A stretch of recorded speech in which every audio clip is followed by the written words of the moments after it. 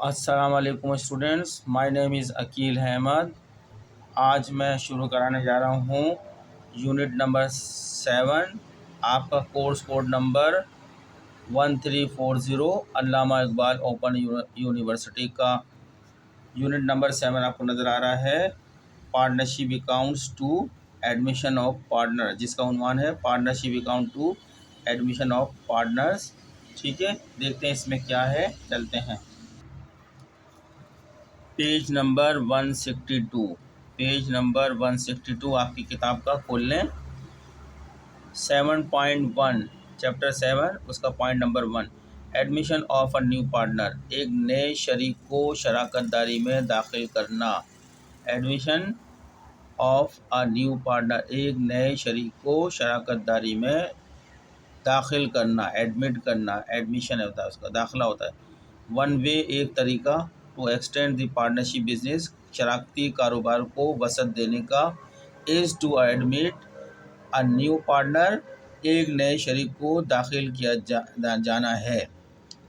Subject to special agreement, बशर्त ये कि एक ख़ास मुआहदे किया जाए।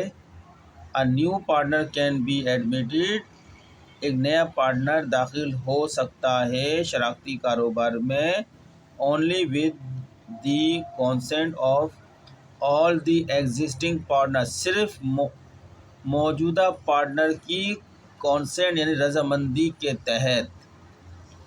The partners reconsider the working arrangement, जब नए शरीक को शराकतदारी के अंदर दाखिल करते हैं मौजूदा पार्टनर की रजामंदी से, तो पार्टनर जो है दोबारा से वर्किंग अरेंजमेंट करते हैं and agree on fresh terms and condition under which the reconstitutional business shall be run, और फिर नए अपने रेशूज़ बनाते हैं, नया जो है टर्म एंड कंडीशन लगाते हैं जिसके तहत नई पार्टनरशिप बिजनेस जो है रन करेगी। क्योंकि जब नया शरीक आता है तो जो एग्रीमेंट शेयरिंग और प्रॉफिट लॉस का पहले से तय हुआ होता है, पुराने शरीक उदाहरण में नए शरीक के आने की वजह से उसमें तब्दीली आ जाती है, नई टर्म एंड कंडीशन बन जाती हैं, रेशियोज़ में तब्दीली आ जाती है, सरमाए में तब्दीली आ जाती है। इसलिए दोबारा से रिकॉन्स्टिट्यूट बिजनेस यानी दोबारा से अरेंजमेंट होती है, रिकन्सिडर होता है सारा का सारा। On admission of a new partner, नए पार्टनर के दाखिले पर the existing partner will naturally become entitle, जो मौजूदा पार्टनर होते हैं वो हक बजानिब हो जाते हैं टू हैव सेटिस्फैक्ट्री कंपनसेशन, कुछ जो है इत्मीनान बख्श मुआवजा लेने के, for surrendering a part of their share in profit of the firm, क्योंकि अब उनका जो शेयर होता है जो पहले ले रहे होते हैं, नए शरीक के आने की वजह से उनके शेयरिंग रेशूज़ में तब्दीली आ जाती है। The following paragraph deals with admission of a new partner in the firm, जो आने वाले पैराग्राफ हैं वो डील कर रहे हैं नए पार्टनर के शरीक होने के बारे में कि शराकतदारी में किस तरीके से एक नया पार्टनर शरीक होगा। 7.1 का पॉइंट 1, ठीक है। एडमिशन प्रोसीजर, दाखिले का प्रोसीजर, नए शरीक के शराकतदारी बिजनेस में दाखिले का तरीक़ाकार। A new partner can be admitted into partnership business by the following way, एक नए पार्टनर को शराकती कारोबार में दाखिल करने के दर्ज झेल तरीके हैं, ठीक है। Number A, by making investment into business, कारोबार में इन्वेस्टमेंट कर भी वो दाखिल हो सकता है। मसलन ये कि वो 50,000 रुपये लेकर आता है और कहता है मैं कारोबार के अंदर टोटल शेयर्स का 1/5 हिस्सा लूँगा, ठीक है। तो इस तरह भी दाखिल हो सकता है। फ़र्ज़ करें 30,000 रुपये लगाया तो कारोबार में कैश 30,000 के आ गया और कैपिटल क्रेडिट हो गया 30,000 रुपये से। When a new partner make investment into firm, जब एक नया पार्टनर फर्म यानी कारोबार में सरमायाकारी करता है, the following entry will be made, तो उसकी एंट्री अकाउंटिंग की एंट्री क्या बनती है उसकी बुक में, जो जिस तारीख को आएगा या तारीख लिख दी जाएगी, ठीक है। और कैश को डेबिट कर देंगे और नए पार्टनर के नाम से मिस्टर सलीम कैपिटल या न्यू पार्टनर कैपिटल कर दें या सलीम कैपिटल कर दें या असलम कैपिटल कर दें, जो भी नया नाम है उसके असलम कैपिटल अकाउंट, और यहाँ क्रेडिट कर दें जितना अमाउंट वो लेकर आया है, जितने अमाउंट से डेबिट हो रहा है उतने अमाउंट से क्रेडिट हो रहा है।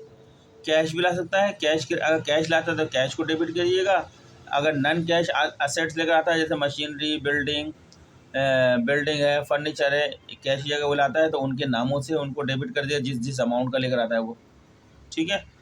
और इसकी नरेशन होगी इन्वेस्टमेंट मेड बाय असगर ने इन्वेस्टमेंट की है, जैसे यहाँ पे असगर कैपिटल हो सकता था, नाम लिख देते।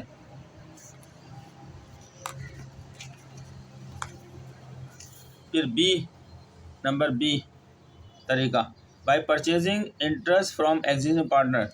इसके अंदर बताया जा रहा है कि मौजूदा पार्टनर है वो जो कोई पैसे शराकतदारी में नहीं देता है, बल्कि क्या करता है, ना ही कुछ करता है, जो मौजूदा पार्टनर का शेयर होता है उसको कुछ हिस्सा दोनों पर शरीकों के या किसी एक शरीक का ख़रीद लेता है, ठीक है। जैसे ए पार्टनर पहले से मौजूद है, उसका सरमाया है कितना, उसका सरमाया है 1 लाख रुपए। दूसरा पार्टनर बी है, बी पार्टनर भी मौजूद है ऑलरेडी पहले से, उसका सरमाया है 2 लाख रुपए। तो सी नया शरीक आता है, वो क्या कहता है, कहता है जो पहला पार्टनर ए का 1 लाख का सरमाया है तो मैं इसका 50% 50,000 खरीद लेता हूँ, और दूसरा बी पार्टनर जिसका 2 लाख का सरमाया है इसका भी 50% यानी 2 लाख का 1 लाख खरीद लेता हूँ। इस तरीके से जो पुराने पार्टनर अपना सरमाए को बेच रहे होते हैं तो वो उनका सरमाया कम हो रहा होता है, पहले 1 लाख था ए का तो अब 50,000 रह गया, बी का 2 लाख था तो अब 1 लाख रह गया, और 1.5 लाख रुपए किसके पास चलेगा, नए शरीक के पास चलेगा, नई टर्म एंड कंडीशन बनेगी, नया मुआहदा बनेगा, ठीक है। उसकी एंट्री ओल्ड पार्टनर कैपिटल, जैसे ए पार्टनर कैपिटल कितना कम हो गया, 50,000 से कम हो गया, बी पार्टनर कैपिटल कितने से कम हो गया, 1 लाख से कम हो गया, सी जो नया शरीक आया वो क्रेडिट हो जाएगा 1.5 लाख रुपए से, 50 और 1.5 लाख रुपए से क्रेडिट होगा, ये एंट्री बन जाएगी उसकी अकाउंटिंग। पढ़ते हैं इसके अंदर, when a new partner purchase interest, अच्छा पार्टनरशिप में लफ्ज़ जब इंटरेस्ट का आता है तो उसको हम कैपिटल कहते हैं, पार्टनरशिप में कैपिटल को इंटरेस्ट के नाम से पुकारा जाता है। Purchase interest of the old partner, जब ओल्ड पार्टनर का कैपिटल नया पार्टनर खरीदता है, neither the total assets nor the total capital of the business is affected, जब भी आने वाला शरीक पुराने पार्टनरों के कैपिटल को ख़रीद लेता है तो फिर लाजमी है कि टोटल कैपिटल फर्म का तो वही रहता है, क्योंकि नया सरमाया तो दाखिल होता ही नहीं है, पुराना सरमाया है वो कम, पुराने वालों का कम हो जाता है, नया वाला उनको ख़रीद लेता है, तो टोटल कैपिटल तो वही रहता है फर्म का, नई चीज़ तो लेकर नहीं आता, उन्हीं की एक पिछले वालों में कमी हो जाती है, आने वाले में इजाफा हो जाता है, वो कमी इधर चली जाती है, लेकिन जब टोटल करते हैं टोटल वही लेता है। नो चेंज ऑफ बिजनेस के अंदर उसकी फर्म की बिजनेस में कोई अफेक्टेड नहीं होता, ठीक है, जो पहले टोटल था वही टोटल रहता है, सिर्फ पार्टनरों के कैपिटल में चेंजिंग आती है, यानी पहले अगर 1 लाख था ए का तो अब 50,000 रह गया, बी का पहले 2 लाख था तो अब 1 लाख रह गया, और सी जो नया शरीक आया उन दोनों ने खरीद लिया, एक का 50 खरीदा, एक का 1 लाख, तो उसका 1.5 लाख हो गया। The new partner page the purchase price, अब जब वो लोग बेचते हैं पार्टनरशिप में तो कोई पैसा आ नहीं रहा, वो लोग अपना सरमाया बेच रहे हैं, तो जो पेमेंट की जाएगी वो प्राइवेटली पेमेंट होगी, वो पार्टनरशिप में रिकॉर्ड नहीं की जाएगी। अगर फ़र्ज़ करें ए का सी ने 1 लाख रुपए का सरमाए में से 50,000 रुपये का सरमाया ख़रीद लिया, तो ये जो 50,000 रुपये का सरमाया ख़रीद रहा है इसकी पेमेंट फ़र्ज़ करें वो एक शख्स जब भी बेचेगा जब कुछ ज़्यादा मिलेगा, 50,000 रुपये का सरमाया उसने 70,000 का भी खरीद सकता है, 80 का भी खरीदता है, 90 का भी खरीद सकता है। ये इसकी जो पेमेंट करेगा ना वो प्राइवेटली करेगा, फर्म के अंदर नहीं करेगा, उनको आउटसाइड ऑफ द फर्म करेगा पेमेंट, इसलिए उसकी कोई रिकॉर्डिंग नहीं होती पेमेंट की, ठीक है। Pays the purchase price directly to the old partners, वो अब डायरेक्ट करता है, न्यू पार्टनर जो है ख़रीदता है प्राइवेटली खरीदता है, फर्म के अंदर नहीं करता है, इसलिए फर्म में करेगा तो एंट्री रिकॉर्ड करना पड़ेगी, फर्म के जो है टोटल में तब्दीली आ जाएगी, इसलिए जो है कोई टोटल में तब्दीली नहीं आती है, उनको आउटसाइड जो है सेटलमेंट करता है इस चीज़ की वो। देखो इसलिए payment is not recorded in the books of the firm, इसलिए फर्म की बुक में कोई पेमेंट रिकॉर्ड नहीं करती। Only entry will be for the transfer of capital of the old partners to the new partner, सिर्फ entry transfer की बनेगी। Old partner के कैपिटल में कमी होगी, जितनी कमी होगी उतनी नए पार्टनर में चली जाएगी, नई कोई चीज़ बाहर से एंटर नहीं होगी, मौजूदा चीज़ में ही तब्दीली होगी, ट्रांसफ़र होगा सिर्फ। Capital of the old partner will be decrease, old partner का जो पिछले पार्टनर जिन्होंने अपना सरमाया बेचा उनका सरमाए में कमी हो जाएगी। And capital of new partner will be increase, और नया पार्टनर जो पहले कारोबार में नहीं था अब इंक्रीज हो जाएगा वो। The general entry would be old partners capital, उनके नामों से जितना जितना अमाउंट है वो डेबिट हो जाएंगे, और न्यू पार्टनर कैपिटल दोनों टोटल करके उसकी वो क्रेडिट हो जाएगा। Investment made by Asghar.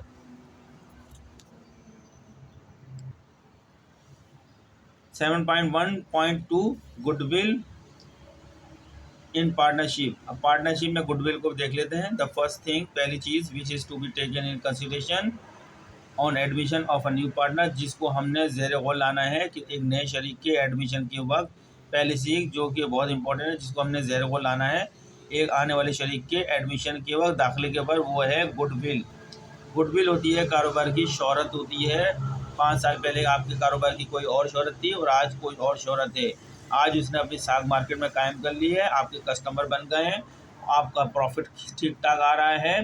तो जो 5 सालों में साख कायम की है, साख की जो वैल्यू बन गई है उस वैल्यू को ही गुडविल बोलते हैं। The term goodwill has been define in various ways, इस्तेलाह गुडविल की मुख्तलिफ तरीक़ों से बयान की गई है। Nothing more than the probability that the old customer will resort to the old place. जो पुराने कस्टमर होते हैं वो उनकी एक आदत, वो उसी जगह से ख़रीदते हैं जहाँ से पहले ख़रीद रहे थे। इसकी वजह से भी एक गुडविल की साख बन जाती है। The benefit and advantage accruing from the habitual customer of a successful business, कारोबार को इसका बेनिफिट मिल जाता है। एक हैबिचुअल कस्टमर होता है जो आप ही के अलावा किसी और से नहीं ख़रीदेगा, उसका भी बेनिफिट कारोबार को मिल जाता है। जो बेनिफिट कारोबार को मिलता है कस्टमर्स की ख़रीदारी करने की वजह से, उसको रेपुटेशन कायम कर देता है कारोबार की, उसी को गुडविल कहते हैं। The excess of value of old established business over the capital value of the same, the value attaching to the reputation of business, अगर रेपुटेशन भी आ गया यहाँ पे, ये सारी चीज़ें गुडविल को बताई गई हैं। Goodwill is the reputation of the business, कारोबार की साख होती है। साख होने की वजह से वो साख वैल्यू इस्टेब्लिश कर लेती है, वो वैल्यू की भी मनी में कीमत हो जाती है, पैसों में कीमत हो जाती है, ठीक है ना। गुडविल जो है इंटेंजिबल एसेट होता है जो कि आपको नज़र नहीं आ सकता, आप छू के नहीं देख सकते, टच नहीं कर सकते, लेकिन फील कर सकते हैं, शोहरत को फील कर सकते हैं, कारोबार की रेपुटेशन को फील कर सकते हैं। इनफैक्ट हकीकत में goodwill means the goodwill, goodwill का मतलब गुडविल यानी साख का मतलब साख होता है। रादर द गुड, बजाय द गुड विशेष ख्वाहिशात जो होती हैं, अच्छी ख्वाहिशात of the buying public towards a particular business as a result of which that business attracts a regular flow of customers and good profit. Briefly, goodwill may be said to be the element arising from the reputation. Goodwill जो है reputation से आती है, जो मैंने बताया वही चीज़ें चल रही हैं। Goodwill is a positive asset. Goodwill जो एक पॉजिटिव मस्बत असासा होती है, नो डाउट, बेशक, but it is an intangible asset, ये एक इंटेंजिबल एसेट्स होती है। And intangible asset unlike plant, जैसे कि plant and machinery, land and building होते हैं, स्टॉक, ट्रेड एट्सेट्रा, जैसे ये एसेट्स होते हैं, इसी तरह गुडविल होती है, लेकिन ये इंटेंजिबल होती है। ये तो सब चीज़ें फिजिकल फॉर्म में होती हैं, नजर आती है, गुडविल नज़र नहीं आती। Goodwill can not be seen, नहीं नज़र नहीं आ सकती, but its existence can be failed, लेकिन इसकी मौजूदगी महसूस की जा सकती है एंड अप्रिशिएटेड होती है। The existence of changes hands and its goodwill fetch a good sum, although the old proprietors were not perhaps fully aware of its existence and value. जबकि पुराने जो प्रोप्राइटर होते हैं, मालिक होते हैं इस शराकत दारी के, वो उनको नहीं पता होती है कि कारोबार हमारा आज मार्केट में इतना ही साख कायम कर चुका होता है। The factor which are responsible for the goodwill of a business may be one or more of the following. अब कुछ फैक्टर बता रहे हैं जो बुनियाद बनते हैं गुडविल को कायम करने की किसी कारोबार की, बताए जा रहे हैं। चलते हैं नेक्स्ट पेज पे। ये पेज नंबर 163 था, पेज 164 पे चलते हैं। चलिए स्टूडेंट, इसको हम यहीं पे एंड करते हैं, बकिया बहुत बड़ा हो जाएगा, नेक्स्ट लेक्चर के अंदर आगे इसको बढ़ाएंगे। ठीक है, तब तक के लिए अल्लाह हाफिज़।